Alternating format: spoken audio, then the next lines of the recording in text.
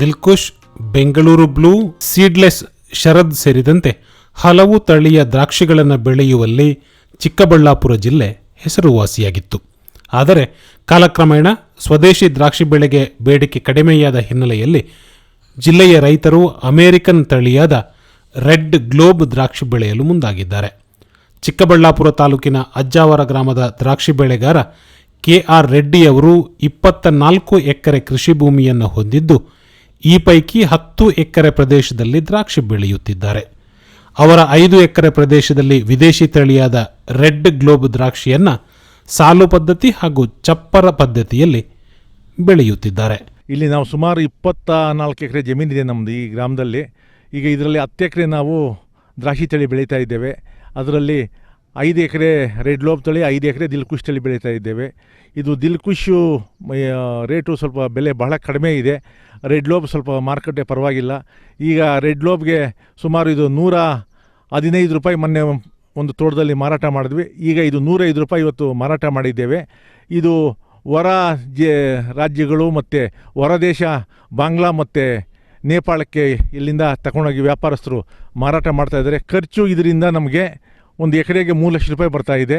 ಇದು 10 ರಿಂದ 15 ಟನ್ ಒಂದು ಎಕರೆಗೆ ಬೆಳಿಬೋದು. ಇವತ್ತು 100 ರೂಪಾಯಿ ಅಂತಂದ್ರೂ ಒಂದು 10 ರಿಂದ 12 ಲಕ್ಷ 15 ಲಕ್ಷವರೆಗೂ ಆಗುತ್ತೆ. ನಮಗೆ ಖರ್ಚು 3 ಲಕ್ಷ ಹೋಗುತ್ತೆ ಒಂದು ಎಕರೆಗೆ. ಇನ್ನು ಉಳಿದ ಒಂದು ಏನು 8 ರಿಂದ 10 ಲಕ್ಷ ರೂಪಾಯಿ ಲಾಭ ಸಿಗ್ತಾ ಇದೆ ನಮಗೆ.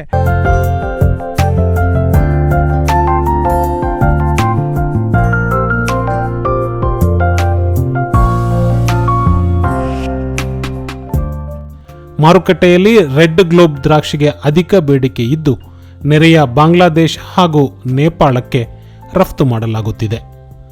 ದ್ರಾಕ್ಷಿ ಬೆಳೆಯಲು ಎಕರೆಗೆ 3 ಲಕ್ಷ ರೂಪಾಯಿ ವೆಚ್ಚವಾಗುತ್ತಿದ್ದು, ಎಕರೆಗೆ 10 ರಿಂದ 15 ಟನ್ ದ್ರಾಕ್ಷಿ ಫಸಲು ಪಡೆಯಬಹುದಾಗಿದೆ.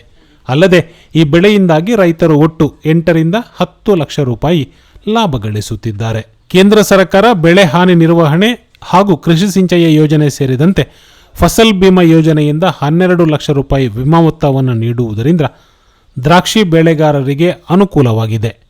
ಅತಿವೃಷ್ಟಿಯಿಂದ ಬೆಳೆ ಹಾನಿಯಾದಾಗ ರೈತರು ಇದರ ಪ್ರಯೋಜನ ಪಡೆಯಬಹುದಾಗಿದೆ.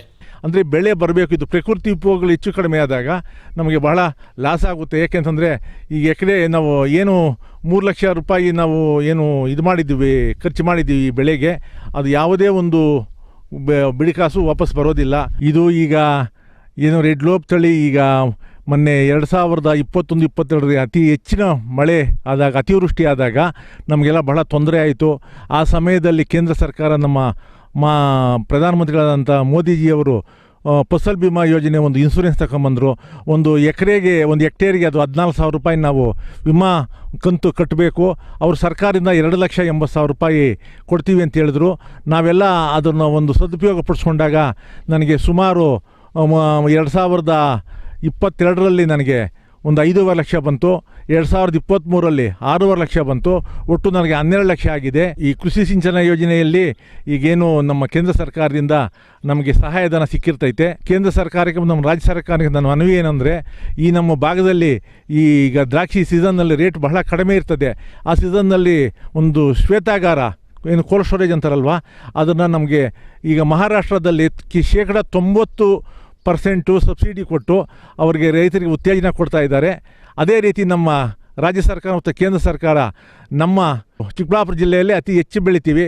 ಚಿಕ್ಕಬಳ್ಳಾಪುರ ಜಿಲ್ಲೆ ರೈತರಿಗೆ ಆ ಒಂದು ಯೋಜನೆಯನ್ನು ಕೊಟ್ಟು ಇಲ್ಲಿ ರೈತರಿಗೆ ಒಂದು ಅನುಕೂಲ ಮಾಡಿಕೊಡ್ಬೇಕು.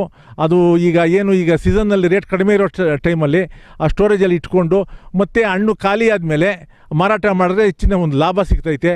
ಆಗ ಇನ್ನೊಂದು ನಾವು ರೈತರು ಏನು ಇವತ್ತು ನಾವು ಇಷ್ಟೇ ರೇಟ್ ಒಂದಾಗ ಅವರು ವ್ಯಾಪಾರ ಇದು ಮಾಡೋದಿಲ್ಲ.